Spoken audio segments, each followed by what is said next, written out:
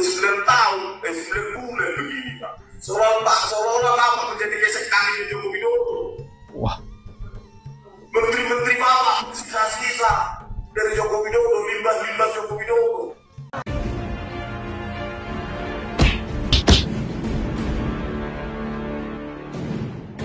Assalamualaikum warahmatullahi wabarakatuh. Om Swastiastu, Namo Buddhaya, salam kebajikan. Kembali bersama 9.0 TV dari Buta Pantitalobi Kabupaten Bulukumba.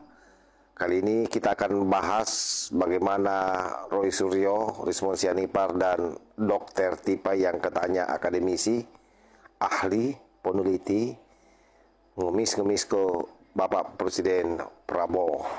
Satu hal yang menurut saya sangat miris karena sebelumnya dia sangat getol mengkampanyekan apa yang dia yakini bahwa ijazah Pak Jokowi palsu.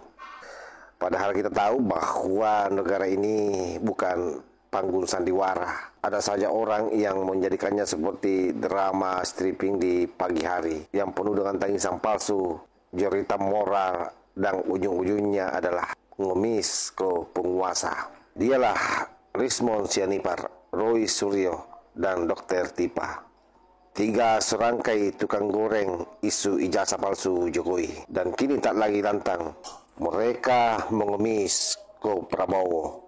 Bukan untuk mengawal bangsa, tapi untuk menyelamatkan diri. Mereka menangis, berkeluh, memelas, memohon agar diberi perhatian atas kasus mereka yang sedang ditangani Polda Metro Jaya. Masih ada peluang untuk bebas, tetapi itu anak manusia 6 orang sekarang di penjara Cirebon, Pak Prabowo Subianto. Sedih saya Pak, Republik ini kok dibangun seperti ini hasilnya.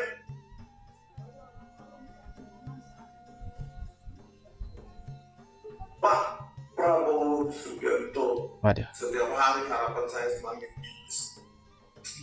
tipis Pak. Udah 9 tahun, 9 bulan begini Pak. Seolah-olah Bapak menjadi gesekannya Joko Widodo. Wah. Menteri-menteri Bapak sisa-sisa dari Joko Widodo, limbah-limbah Joko Widodo. Bersihkan itu Pak, terutama Kapolri itu. Ya. Harusnya Kapolri meminta maaf. Ya, Kapolri Listio Sigit Prabowo harusnya meminta maaf karena ketidakprofesionalitas dari Polresta Cirebon tidak menggunakan bukti digital forensik Polda Jabar, ekstraksi SMS yang seharusnya membebaskan mereka, dan akhirnya mereka dikurung seumur hidup. Tentu yang menjadi pertanyaan adalah kenapa mereka ini ketakutan? Bukankah kalian bilang punya bukti? Bukankah kalian merasa di jalan benar? Tapi kok sekarang gemetar menghadapi proses hukum? Padahal kalau kita lihat sahabat ya, salah satunya misalnya Dr. Tipa. Ini orang yang sama sekali nasionalismenya dipertanyakan. Kenapa? Karena kita masih ingat bagaimana dia koar-koar sudah melaporkan kasus ini ke dunia internasional. Bahkan sudah sampai katanya ke Donald Trump. Coba bayangkan ini orang. Lalu sekonyong-konyong tiba-tiba kemudian berharap Prabowo untuk bisa menyelamatkan dirinya. Betul bahwa pimpinan Polri paling tinggi adalah Presiden. Tetapi yang namanya Presiden tidak akan mungkin mau mengintervensi proses hukum. Kenapa? Karena masing-masing memiliki tugas yang berbeda. Presiden itu adalah pejabat eksekutif. Yang namanya pihak kepolisian itu masuk dalam kategori pejabat edukatif, yang memang fungsinya adalah bagaimana menegakkan proses keadilan. Dan kalian seharusnya kalau memang benar-benar memiliki data, memiliki fakta, seharusnya tidak perlu takut, hadapi saja. Nah, ini artinya apa? Bahwa kalian sudah tahu diri, sebentar lagi akan memakai baju orange, dan tidak ada orang yang akan bisa menyelamatkan kalian. Kalian taubahnya seperti orang yang lagi tenggelam dan menjadikan akar kayu sebagai pegangan. Padahal itu akar yang kecil yang setiap saat bisa patah dan kalian hanyut dibawa oleh arus yang besar. Bayangkan kamu dengan gagah bicara soal melapor ke lembaga internasional. Ini seperti orang yang bilang mau lapor ke PBB tapi menangis di depan satpam komplek. Kan itu lucu sebenarnya, sekaligus tragis. Narasi melawan kriminalisasi jadi berubah jadi narasi tolong kami Pak Prabowo. Luar biasa kalian ini. Kalian betul-betul pengecut. Kalian betul-betul tidak mencerminkan sebagai anak bangsa yang nasionalis. Kalian tak lebih daripada para penjilat yang mencoba sebenarnya bermain di air yang keruh.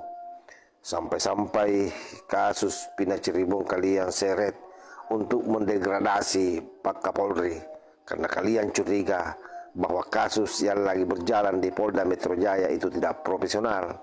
Tetapi itu lagu lama, karena sesungguhnya seluruh rakyat Indonesia sudah sangat menghafal lantunan lagumu. Beberapa kali kalian mengungkap bahwa polisi yang ada hari ini adalah polisi Pak Jokowi. Itu yang nyanyi yang lebih awal selalu kalian lantungkan di mana-mana. Kenapa? Karena kalian tahu bahwa pada ujungnya nanti kalian semua akan bermasalah di depan hukum.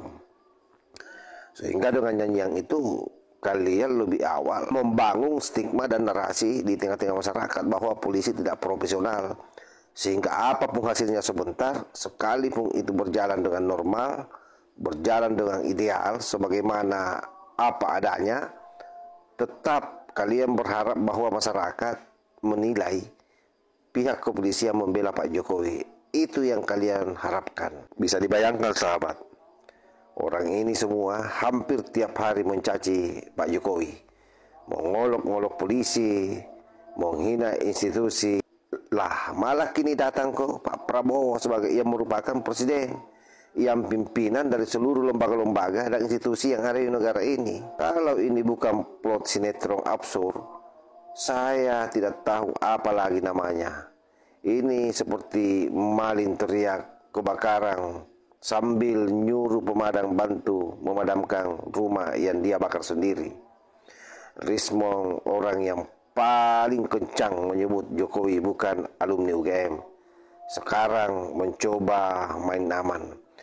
Dan Roy Suryo, mantan pejabat, mantan menteri yang tidak hafal laut Indonesia Raya, katanya paham forensik, sekarang hanya paham menyelamatkan diri.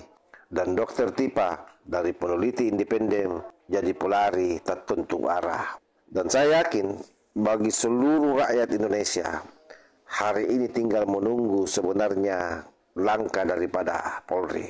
Karena kalau kita tahu selama ini gerakan Polri begitu gercep, kalau ada warga biasa ia membuat fitnah langsung dijemput. Kalau pasir palsu main hoax, dia langsung diciduk. Tapi kalau ia menyebar hoax itu bergelar, punya kamera, punya panggung, apa harus pakai prosedur khusus? Hukum itu buta bos, tidak boleh mengenal pangkat jabatan atau air mata. Kalau mereka salah, proses cepat. Kalau benar, buktikan di pengadilan. Jangan biarkan mereka lempar batu sembunyi tangan lalu ngumpet di balik meja presiden. Negara ini bukan tempat berlindung bagi para pemfitnah, tapi rumah keadilan bagi mereka yang jujur. Rismond, Roy Suryo dan Tipa, kalian sudah terlalu banyak bicara. Kalian framing Jokowi, ijazah palsu, memfitnah kampus UGM, seret nama dosen, hina institusi, tabur racun di media sosial, dan sekarang kalian mau lari dari tanggung jawab. Jangan salahkan polisi bos, jangan bawa-bawa kasus orang lain, jangan jual nama rakyat demi menyelamatkan kulit kalian sendiri. Kalian bukan sedang jadi korban, kalian sedang panik. Dan kalau proses hukum ini kalian sebut sebagai kriminalisasi, maka seharusnya rakyat juga boleh menyebut kalian sebagai kriminal digital. Ingat, publik menyaksikan, karena digital itu nyata dan mungkin kalian sedang menuai apa yang kalian tabur. Jadi berhentilah menangis, hadapi prosesnya. Karena negeri ini lelah dijadikan panggung drama oleh mereka yang tak sanggup mempertanggungjawabkan kebohongannya sendiri seperti kalian bertiga ini. Saya kira demikian. Wallahul muwaffiq ila aqwamit thariq. Wassalamualaikum warahmatullahi wabarakatuh.